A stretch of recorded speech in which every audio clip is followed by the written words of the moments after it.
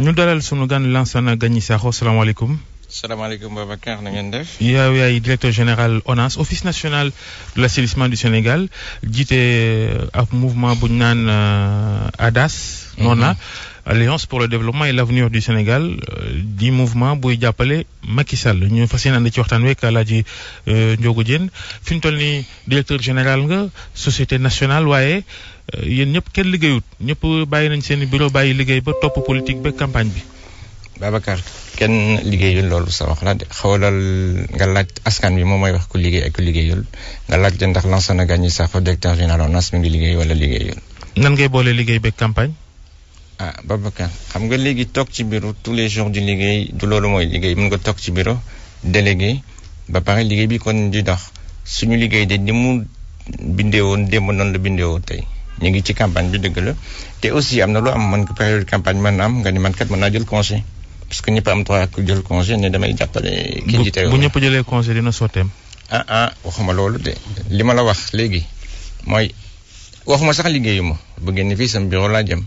mais y a un temps bu may def ci terrain bi pour jàppale sama njiit liggéey bi ONAS taxawul defe naa sama employé sama collaborateur yaa ngi may déglu fi mu nekk nii mais taxawul du benn nit rek moo yor liggéey dañ koy organiser nga am équipe ñi nga xam ne ñooy def liggéey bi yow da ngay coordonner rek.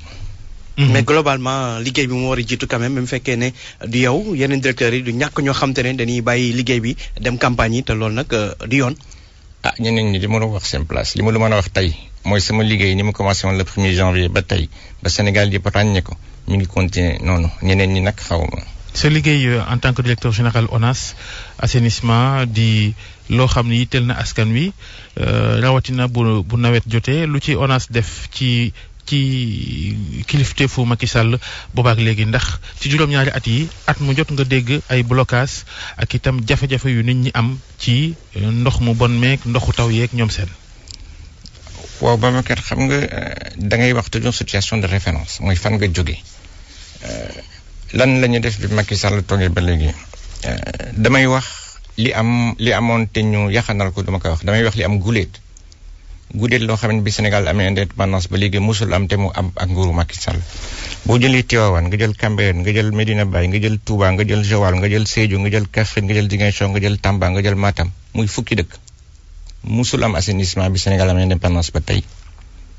nga jël projet bu ñuy wax Béréane fanweeri at 30 ans musul am président Macky Sall moo ko réalisé nga jël le ministère de Cambérène moo xam ne moo yor assainissement Dakar yi président Macky Sall moo ko réalisé lii lu bees la loo xam ne nit mën nañ ci teg bés bu nekk te defe naa Sénégalais yi. mbënd yi mi nga am ba léegi tudd nga Kaffrine mais Kaffrine gis nañ ba léegi chaque année bu nawet ñëwee askan mu sonn ba am ay nit sax ñu ñàkk seen bakkan. tudd na itam Touba te gis nañ la fa xew ci nawet bi weesu. xoolal li fa xew ci juróomi at yi ci ginnaaw mbiru yàlla rek mooy sotti loo gis processus la dañ koy améliorer da ngay xool li amoon démb ak li am tey loolu la ñuy def waxuma lépp sotti na mais defe naa askan wi jugé ñi dëkk def nañu amélioration significative dëgg la Kaffrine am na mbënd xam nga lu tax Kaffrine amoon mbënd parce que dara amu fa woon système d'assainissement au pluvial président Macky Sall moo ko def kenn def ko woon démb ak barke démb mais li may wax toujours rek bu may xayma juróom-ñaari at yi affaire assainissement bu nit ñi defoon fukkeelu le président Macky Sall def defe naa lu bëri dina jëm kanam bu ñu wax assainissement rek nañu wax aussi leneen lu bëri affaire ndox bi aussi parce que man dama liggéey ci ndox avant dem nga laaj waa Bassoul waa Niodior dëkk Île du Saloum yaa jiite woon OFOR office forage ruraux moo tax ma mën a wax ci loolu gis nga dëkk yooyu jigéen ñi suba teel bu nekk dañu jël seen gaal def 2 heures du ci ndox ni may dégg bu ñu ko amul dañuy naan ndoxu xorom tey dem na nga laaj leen am nañu de l'eau douce defe naa bu ñuy wax Macky Sall liggéeyul ñaari yëf la boo leen jëlee ñoom ñëpp leaderu pur bi laa xamul mais ñeent ñëpp mësuñu liggéey xamuñu liggéey li muy tekki te dañu foog ne Ndakaaru Sénégal Ndakaaru la yem. lan mooy mësuñu liggéey ñu am seen fonction di liggéey nga bëgg a taxaw naa mësuñu liggéey. par exemple Ousmane Sonko nekkul woon amu woon liggéey Idrissa Seck wala keneen amu woon liggéey. ma dëkk ñang avocat. déglu ma wax la dafa am liggéey ak liggéey avocat c'est une profession libérale da ngay gérer sa cabinet ñeenti nit juróomi nit yow suba dem plaider ma ñëw ci Ousmane Sonko ñu wax ci fiscaliste la ñu wax fiscaliste sa liggéey mooy lan toog sa ginnaaw bi am si benn secrétaire entreprise bu ñëw nga ne naka laay raxee ndigam loolu mooy suñu liggéey globalement ak liggéey boo xamee ni dafa méngoo lu ñuy wax yor nguur yor réew loolu dafa nekk loo xamee ne dafa sérieux ñeneen ñi ki ñuy wax Idi balaa nga gis Sénégal bala ñu la bàyyi nga continuer xam nga ay mbirum xam réew ak ñoom seen Macky Sall lu mu tàmbalee employé fële Petrosen nekk fa chef di pousse di ñëw loo gis ci benn lay tàmbalee non lu mu tàmbalee ak fi mu jaar Petrosen la commencé nekk ministre de l'intérieur ministre hydraulique et de l'assainissement premier ministre nekk président assemblée nationale dafa am jaar fa boppam dañ ko faa teg moo ngi fa teg mais Idrissa Seck moo ko njëkk a nekk ministre fop fan la jaar nekk premier ministre déedéet fan la jaar avant da ngay xool jaar bi loolu la ñuy xool affaire réew dafa sérieux ba nga xamee bala nga koy jox nit da nga koy jox koo xamee ne jaar boo xamee ne mën nañ ko dénk du ku yeewu rek suba ne dama bëgg laaj réew mi loolu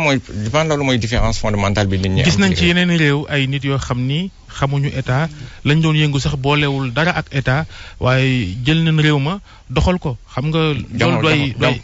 mën naa la jox Madagascar mën naa la jox États-Unis ak yeneen non defal nank kan États-Unis Trump mosul liggéey waxuñu Trump de ba tey boo jëlee Trump est-ce que avant mu nekk président duggoon na ci état fonctionnement état non avant muy jël état il avait nekk sénateur peut-être Trump c'est le plus gros financier il avait un secteur privé bu am solo bu doon liggéey man mi mosuma liggéey ci nguur secteur privé laa doon liggéeyee balaa may ñu dugg ci nguur mais da ngay am jaar yoo xam ne dafa lay war naka la ñuy sakkane askan naka la ñuy jàppee réew naka la ñuy liggéey dañ koy jàng du toog rek yow suba dama bëgg a yor réew te lu mel ni réew dafa nekk loo xamee ni dafa am solo ba nga xamee ni foog nga am jaar surtout suñu dëkk yi nga xamee ni dañuy waxante dëgg. maa ngi wax Trump sénateur wóoruma sax mais pour aller très vite. bu ñu comparé Macky Sall ak ñi muy xëccool réew mi tey jii ci wàllu taxawaay est-ce que yaakaar nga ni diis na diisaay boo xam ni li ngeen di wax boobu ak léegi naan day jàll premier tour dana sottee noonu. loolu la ñuy ñaan yàlla moo xam te ñu ngi liggéey pour mu am loolu du ñu xeeb kenn defe naa am na bilan président am na bilan fi mu teg réew mi tey ak fi mu ko fekkoon am na bilan am na lu ñuy wax perspective. am na bilan am na fan la bëgg yóbbu réew mi te mu dal xel yi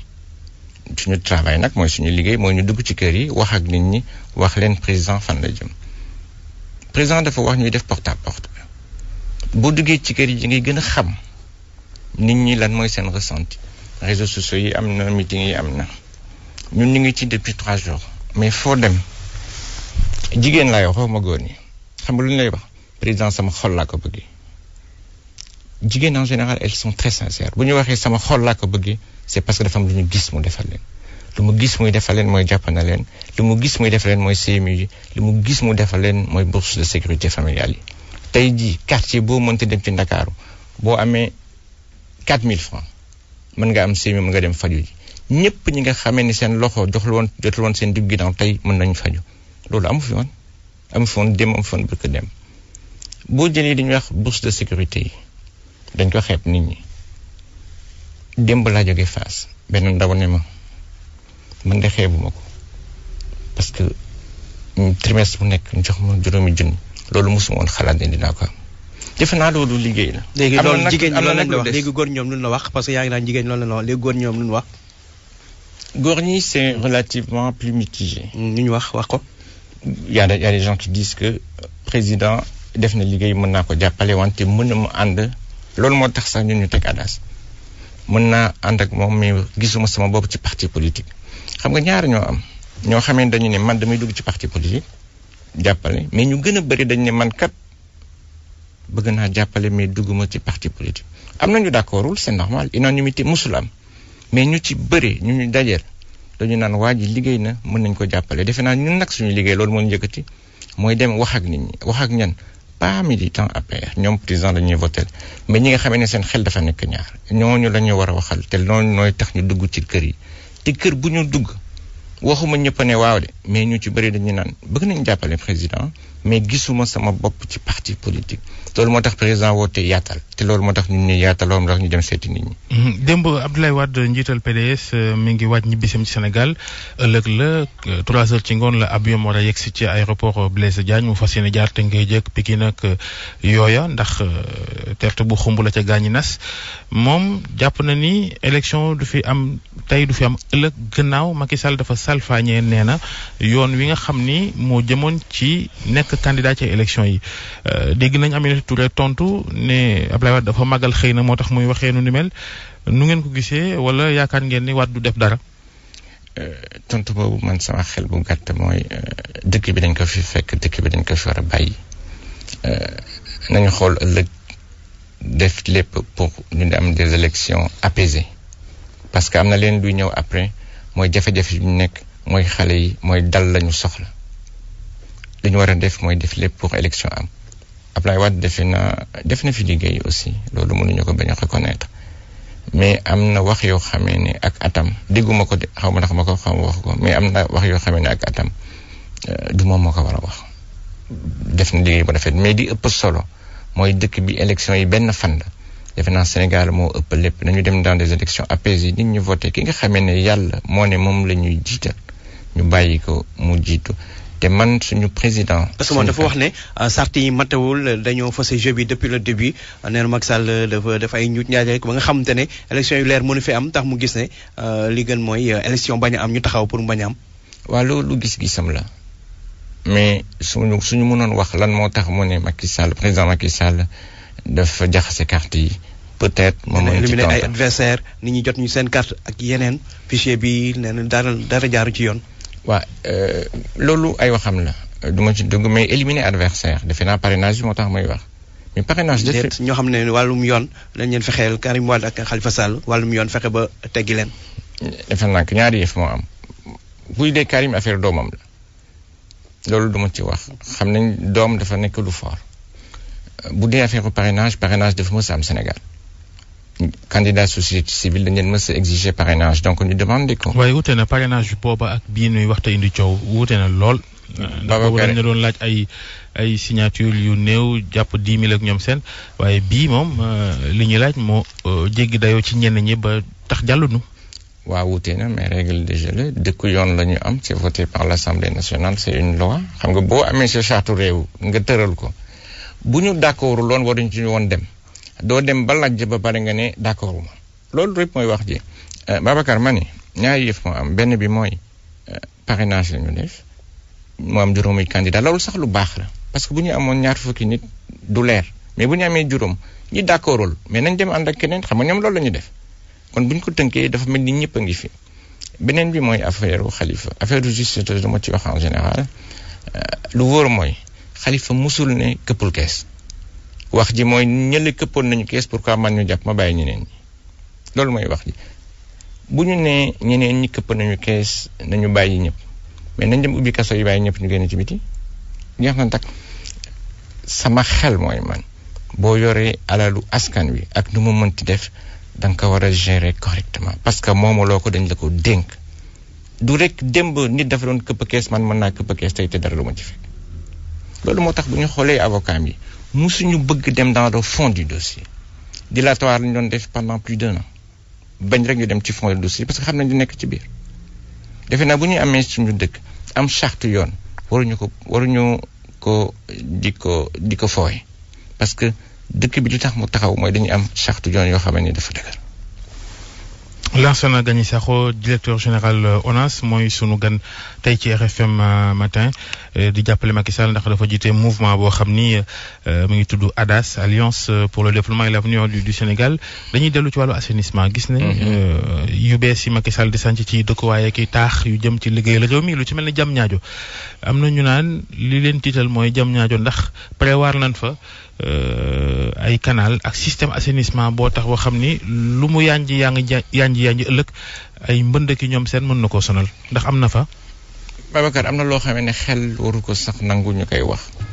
bu ñu def investissement bu mel ni Diamniadio ba pare système d'assainissement du fa am loolu xel sax waru ko nangu bien sûr que système assainissement am na Diamniadio bien sûr que système d'assainissement am na fa defe naa Diamniadio c'est une ville moderne état wu Sénégal mënul fowee di tabax lu mel ni Diamniadio di dafa def système d'assainissement loolu mënul am assainissement am na Diamniadio ñu ngi ciy liggéey nag actuellement. li ñuy seet ci ndox yu bon yi ball ci dëkk bi lu ci mel ni plateau ak ñoom seen loola itam moom nu ngeen cay taxawee ndax am juróomi mbedd yoo jaar daanaka ñaar ya yaa ngi gis ndoxu foos yi di génn liggéeyu ONAS la non. waaw kay loolu kay liggéeyu ONAS la d'accord naa ci ak yow xam nga loolu lu tax mu am conduite yi nekk foofu mi ngi daté 1960 xam nga sànq wax naa la dara bu ku nekk defoon fukkeelu président de la République lu mu def tey loolu du am pourquoi entre 1960 ak 2000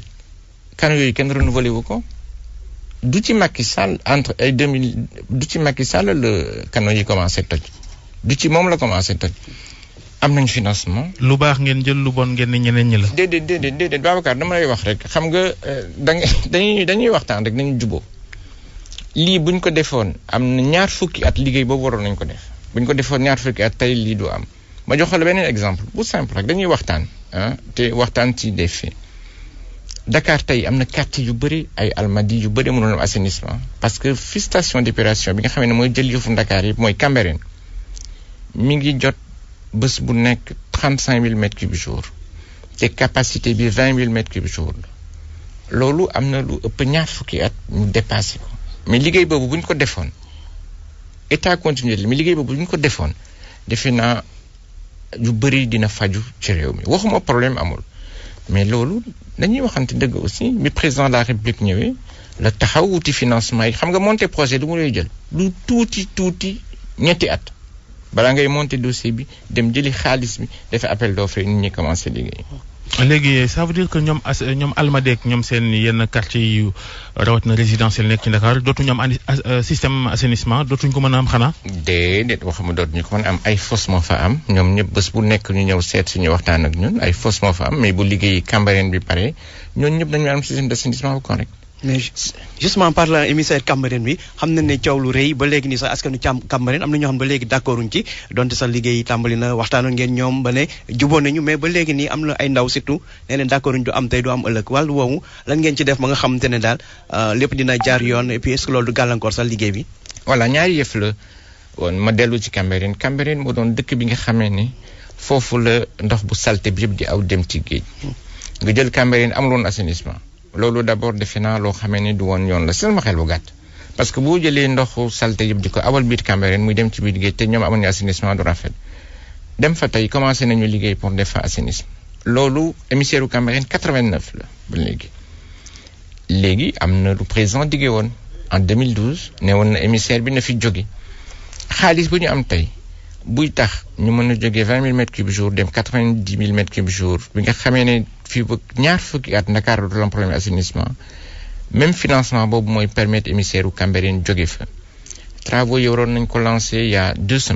2 ou 3 semaines génn na sama xel mais di xalif général moo retu woote ñu ñaan ci benn bés dañ ko